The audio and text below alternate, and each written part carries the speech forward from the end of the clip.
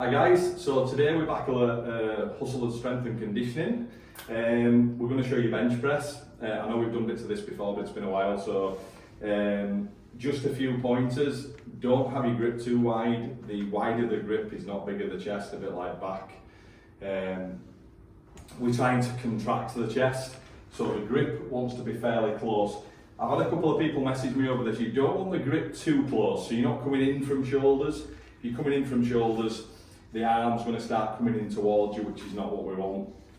And you're not going to feel it on the chest, you're going to feel it heavily on the triceps and front deltoid at that point.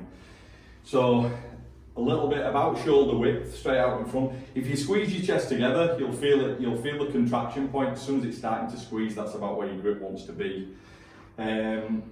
Concentrate on keeping the shoulders down on the bench. They don't want to be shrugging up towards your ears. You want to keep them on the bench itself. We're not trying to lift forward. A lot of people press and almost come off the bench, so it's front deltoid getting involved. So keep your shoulders down, back on the bench, and then push the elbows away from yourself. So as you're coming down, try and focus on pushing each elbow to either wall, simply because then that's going to really involve the chest.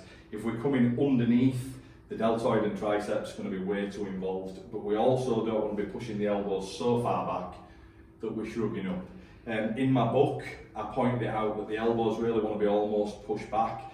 That is kind of true. The only thing is a lot of people take that so literally that then they're all shrugged up. So if you focus more on pushing them out to the side, they will naturally slightly go back, but you're able to keep the shoulders down and back on the bench, which is what we want. So we're going to get George on and we'll do a bench press. So George is going to take that shoulder width maybe just slightly wider, so bring it in a bit there, by edges there of that bar, that should be about right I think. We're going to lift up. Okay, the wrists want to be nice and straight, not flop back. The shoulders are down and back on the bench, and he's going to concentrate on pushing his elbows away from himself.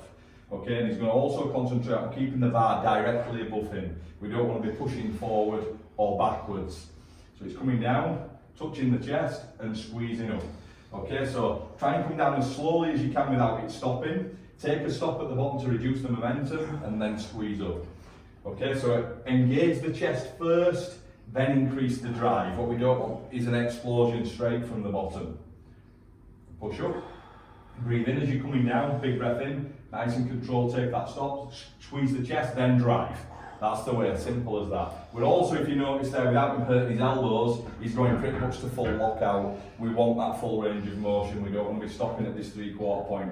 Yes, you could argue you're keeping more tension on, but the greater the range of motion is what we want. So if you're thinking of the chest right through, especially with this closer grip, you're going to feel the maximum contraction at the top of the movement. That's bench press. Okay guys, so next movement we're going to do a dumbbell fly. I love flat dumbbell flies, but a lot of people hurt the shoulders and things with technique not being great. So doing it on a slight incline is probably going to be your best bet, because it does save the shoulders quite a bit, particularly if you're feeling shoulders. So again, simple factors, the shoulders need to be kept down and back on the bench. The elbows for chest always want to be pushed away from the body. They don't want to be coming under you. Okay, so we're really involving the pecs as much as we possibly can. So when I say that, again, people go wrong. What they do is they push it back, but the dumbbell goes back with them. The dumbbells should stay directly above you at all times. So then they're perfectly in line all the time. It's the elbows that are being pushed away and even slightly back, but they'll do that naturally as you're pushing them away, so you're not forcing it, so you're not going to hurt the shoulders.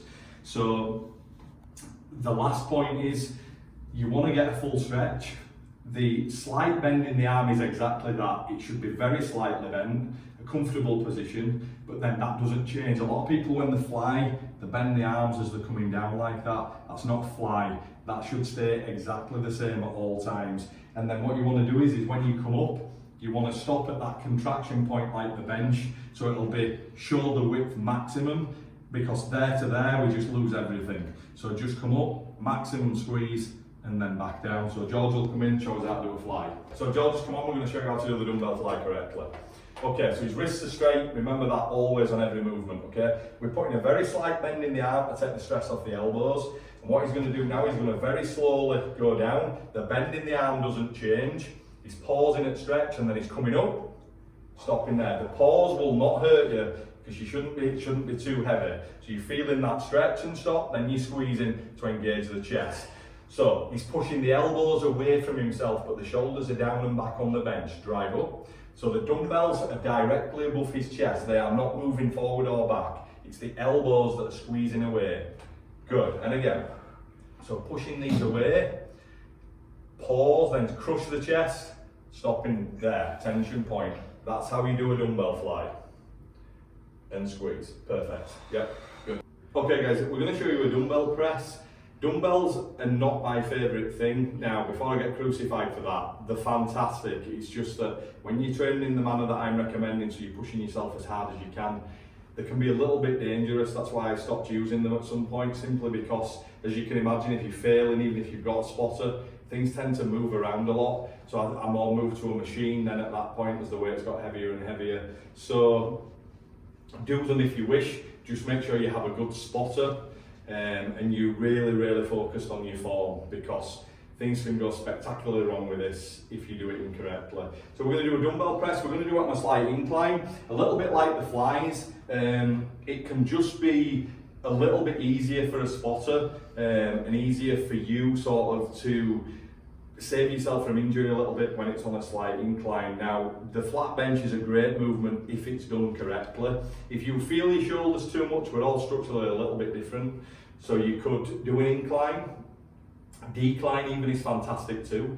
I like flat bench, I don't get no shoulder problems from it, especially with the grip, the elbow position and everything that I'm talking about. That's what makes the difference. People go way too heavy, strain shoulders. But we're just gonna show you the dumbbell press on a slight incline. As I say, it's a little bit easier for people to get back with the dumbbells. And as I say, a good spotter, it's easier for them to spot you with it as well. So a slight incline is a little bit more recommended for that. So we'll get George in, we'll show you how to do it properly. Okay, so George is going to come in. Dumbbell press. Okay, George, when you're ready.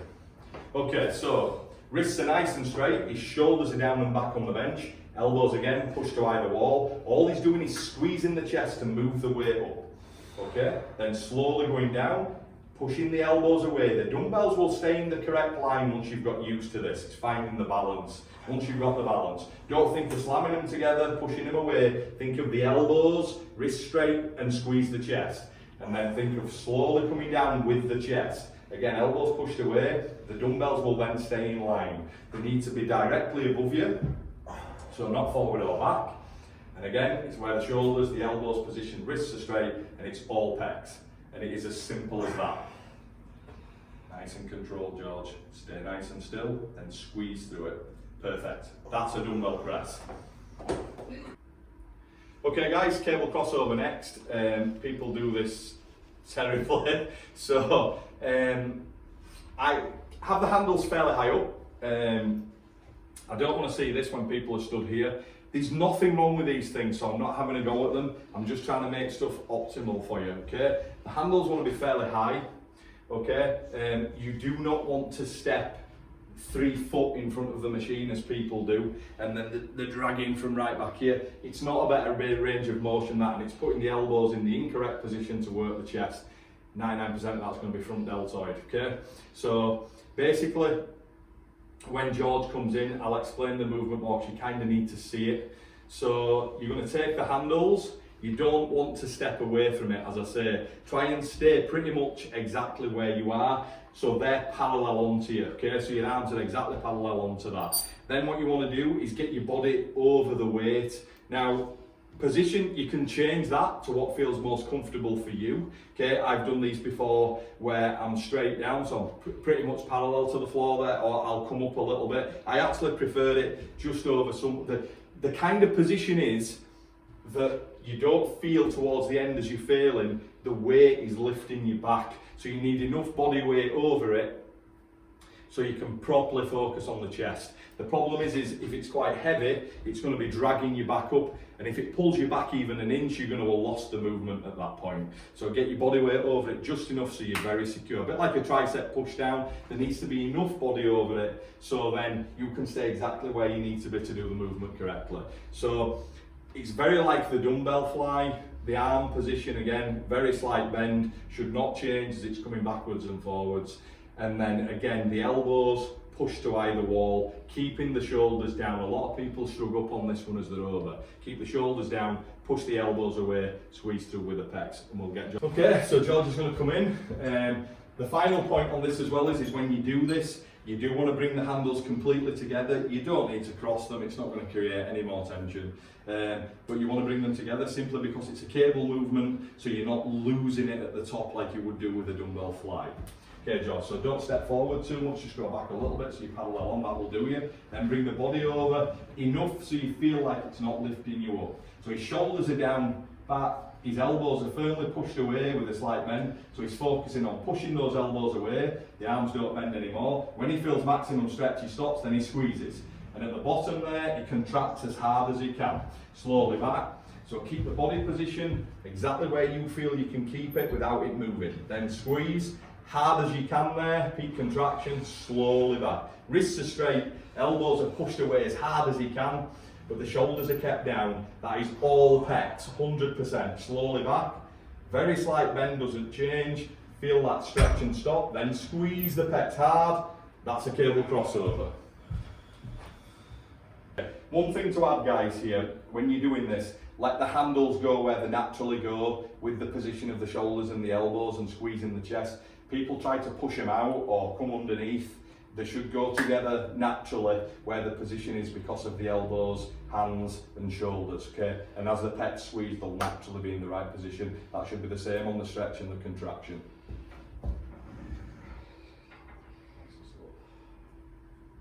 Bring your body over a bit more. Elbows push away and squeeze. That's it. Just keep a slight bend more.